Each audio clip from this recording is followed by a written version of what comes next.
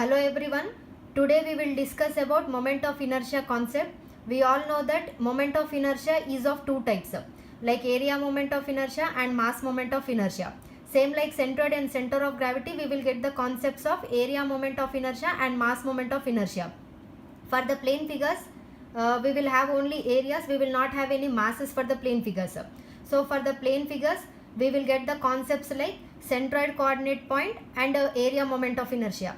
And for the solid bodies, we will get the concepts like center of gravity coordinate point and mass moment of the inertia. Now in this video, we will see the total concept for the area moment of the inertia, I suffix capital A. Now everyone observe this diagram here. Consider a plane figure of the complete area capital A in the XY plane, and let dA be a small element of the complete area A, and here x is the distance between that element dA and y axis, and y is the distance between the element dA and x axis. Now according to the moment concept, we know that if we apply any force on any body, if that from the application of the force, if we get a turning effect, that turning effect from the application of a force is nothing but a moment of that particular force. So moment of the force is given by force into perpendicular distance formula. Now in place of the force, if we consider the area of this plane figure, then we will get the concept of first moment of area, and that is given by area into perpendicular distance. And generally first moment of area is used to calculate the centroid of the plane figures. Next, if the first moment of area is multiplied by the distance once again, then we will get the concept of second moment of area, that is area into perpendicular distance square. So this second moment of area, which is coming from the first moment of area, is nothing but area moment of inertia, and it is denoted by MOI or MIA or IA.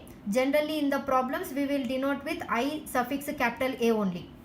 And what is the usage of the area moment of inertia means, generally we will use to calculate the efficiency of the cross section shapes to resist the bending caused by the loading.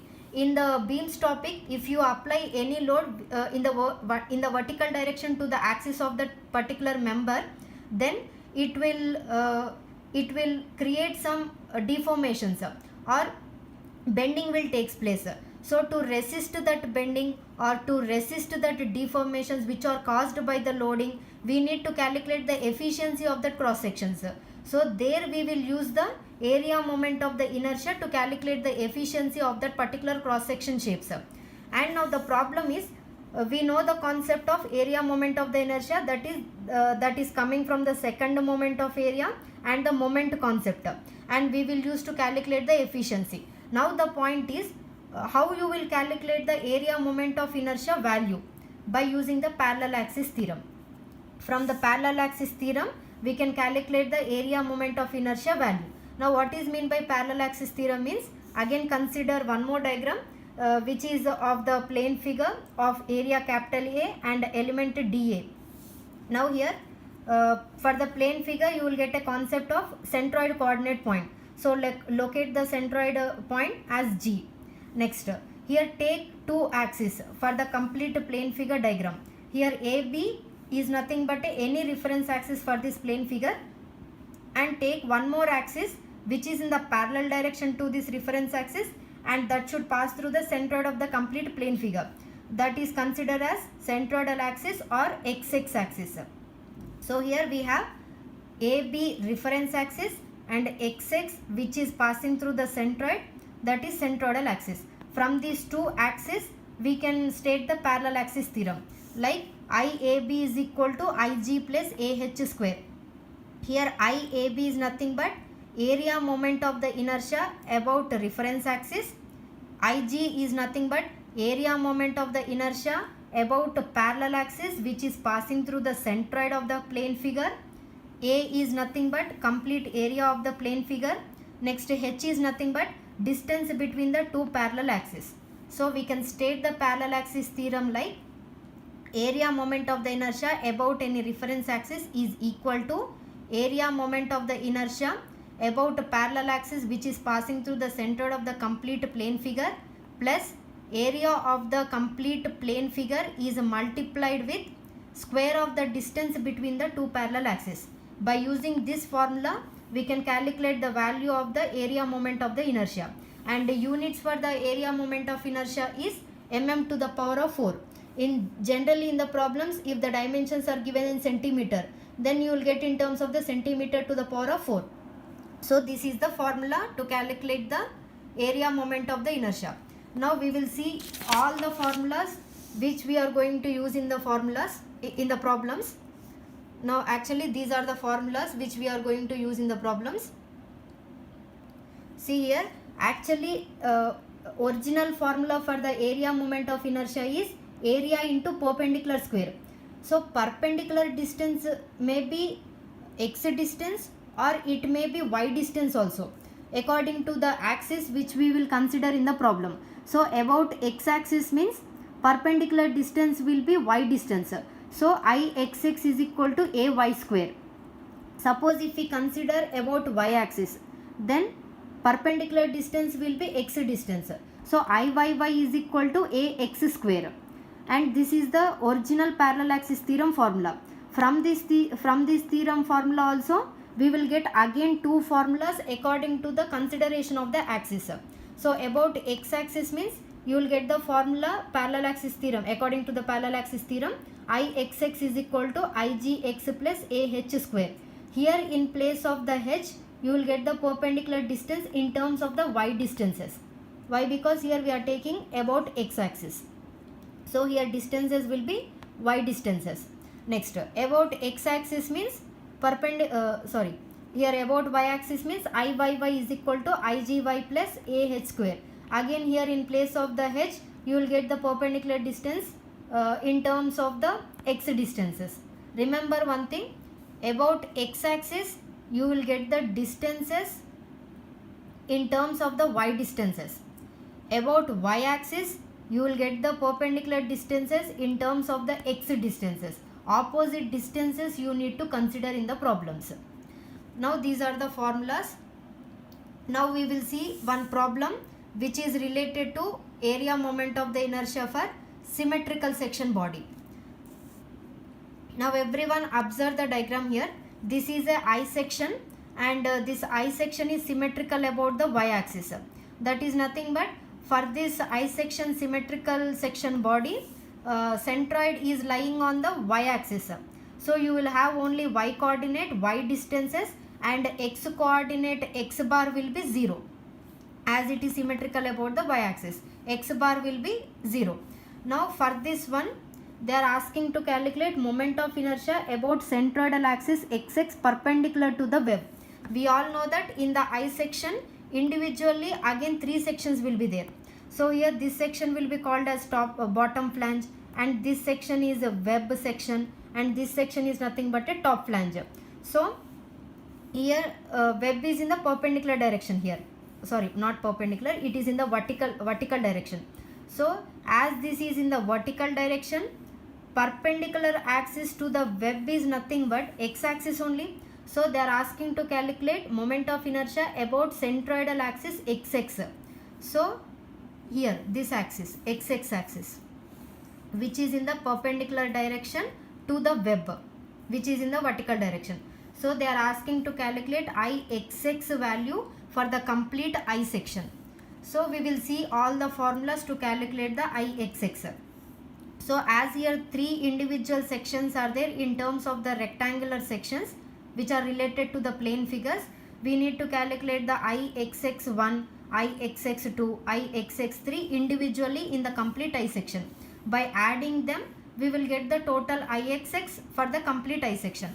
Now according to the parallel axis theorem, here you will get the only formula in this way, like Ixx is equal to Igx plus ah square. We need to use this formula because they are asking to calculate about x axis, centroidal axis, xx axis. So we need this formula, Ixx is equal to Igx plus ah square. So in terms of the 1, 2, 3, you will get the 3 formulas. So by using these 3 formulas, which is coming from this main formula, 4th formula, you need to calculate Ixx value. Now we will see the procedure. Actually this is the original diagram which is given in the question. Now we need to draw the original diagram once again in this manner, and in this diagram we need to locate y distances and h distances and y bar coordinate to the x bases and between the axis. Now here we will consider this section as the first section, this one as the second section, and this one as the third section, and write the individual dimensions for the first and second and third sections. Like for the first section 5 and 2 centimeters, for the second section 2 and 10 centimeters, and for the third section 10 and 2 centimeters, which are coming from the main diagram only, given diagram. Next, locate the centroid points for the individual 3 sections. So here one centroid point, here centroid point, here centroid point for the 3 sections. Next, as this complete I section is symmetrical about the y axis, you will have only y distances to the x base. So project the x base. Next we will see the y distances between what and what. So here y1 is the distance between centroid of the first section to the x base. y2 is the distance between the centroid of the second section to the x base. y3 is the distance between the centroid of the third section to the x base. And now for the complete I section, centroid point will be somewhere. So let us consider here. So here this is the centroid point G point. So from that point to the x base, so that is the distance y bar distance. Next, after locating the y distances y1, y2, y3 and y bar, we need to locate the h1, h2, h3 distances. Now how you will locate these distances? H distances are coming from the parallel axis theorem. From the parallel axis theorem, from that main formula, h is the distance between the two parallel axes. So to locate this h1, h2, h3, we need to consider two parallel axes of the individual sections and the complete I section also. Now here project one xx axis which is passing through the centroid of the first section. Project one more xx axis which is passing through the centroid of the second section. Project one more xx axis which is passing through the centroid of the third section. Next, project one more xx axis which is passing through the centroid of the complete I section. Why here we are projecting the xx axis only? Why? Because they are asking to calculate the centroidal axis xx only. So we need to project the centroidal axis which are passing which are in the parallel direction to the x base, that is nothing but xx centroidal axis. So we have projected the xx axis which are passing through the centroids of the individual sections, and for the complete I section also. Now we got the parallel axis. From that parallel axis consideration, we can locate the h1, h2, h3 distances. Now here h1 is the distance between the centroidal axis xx axis of the first section and xx centroidal axis of the complete I section, h1. Next, h2 is the distance between centroidal xx axis of the second section and xx centroidal axis of the complete I section. Next, h3 is the distance between xx centroidal axis of the third section and xx centroidal axis of the complete I section. In this way, from the parallel axis theorem, by using the parallel axis theorem, we have located the h1, h2, h3 distances. From this diagram, we can know the distances between centroids of the individual sections to the x base and parallel axis. Now after getting all these values, we can proceed the problem.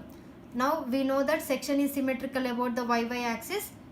We can get the value for the x bar, that is x bar is equal to 0. Now we need to calculate the y bar value. So to calculate the y bar, we need some formulas. As this is completely a rectangular sections plane figure body, we need the rectangle plane figure formulas. So we know for rectangle area formula is BD and y bar is D by 2 and IGX formula is BD cube by 12. So by using these formulas we can calculate a y bar value and IGXS values. Now here for the first section area value, B value, base value is 5 centimeters and the depth value is 2 centimeters. So A1 is equal to 5 into 2. Next for the second section area, base value is 2 centimeters and depth value is 10 centimeters. So 2 into 10. For the third section, base is 10 centimeters and depth is 2 centimeters. So A3 is equal to 10 into 2. Next we need to calculate the y distances to the x base. Formulas will be applicable up to that individual sections only. We need to calculate the x bases. Now here y1 is the distance from the center of the first section to the x base. So depth value is 2 centimeters. So exactly half of the distance. So 2 by 2. So here 2 by 2. Next y2. Y2 is from here to up to the x base. But second section is up to here only. So depth value of the second section is 10 centimeters. So 10 by 2 up to here plus remaining 2 centimeters to the x base. So 10 by 2 plus 2. Next y3. Y3 is from this point to the x base. So depth of the third section is 2 centimeters. So formula will be applicable up to that individual section, third section. So 2 by 2 plus remaining 10 centimeters. Next plus remaining 2 centimeters up to the x base. So 2 by 2 plus 10 plus 2. So 2 by 2 plus 10 plus 2. Now we know the centroid formula for the y bar. A1 y1 plus A2 y2 plus A3 y3 by A1 plus A2 plus A3. By using this formula we can calculate the y bar value. Now from this centroid calculation we got the y bar value. Now as here 3 sections are there, we will calculate the IXX1, IXX2, IXX3 individually. Now we know the IGX formula as BD cube by 12. So for the IXX1 calculation, we need IGX1 and area value and H1 value to substitute in the parallel axis theorem. So here IGX1 is equal to B1 D1 cube by 12. For the first section, base is 5, depth is 2. So here 5 into 2 cube by 12. Next area we have already calculated 5 into 2. So 5 into 2. H1 is y bar minus y1. We know the y bar value and we know the y value. And here remember one thing, it should be a positive value. So subtract the smaller number from the bigger number. So by substituting all these values in the main formula, parallel axis theorem formula, we will get the value for the IXX1. Do the same procedure for IXX2 and IXX3. Like here, IXX2 is equal to, again IGX2 is equal to B2 D2 cube by 12. From the main figure, for the second section, base value is 2 centimeters and depth value is 10 centimeters. So 2 into 10 cube by 12. Area value we have already calculated. Next H2 is equal to y bar minus y2.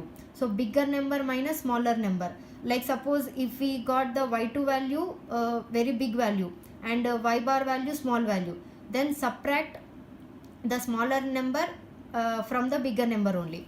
You need to get the positive values, positive distances. So by substituting all these formulas in the parallel axis theorem for the IXX2, we'll get the IXX2 value. Then do the same procedure for IXX3. Like IGX3 is equal to B3 D3 cube by 12. For the third section, base value is 10 centimeters and depth value is 2 centimeters. So substitute the values. We'll get the value for the IGX3. Next area value we have already calculated. H3 again from subtraction from the smaller, subtract the smaller number from the bigger number. You will get the positive value. We need to get the positive values for the H1, H2, H3 distances. Next one, substitute all these values in the parallel axis theorem. You will get the IXX3 value. Now we got IXX1 value, IXX2 value, IXX3 value for the individual 3 sections for the I section. Now how to calculate the total I section I value means by adding all the individual I values for the 3 sections. So add IXX1, IXX2, IXX3. You will get the value for IXX. That is nothing but area moment of the inertia value for the complete I section. that you will get the value. And here all the dimensions are given in the centimeters.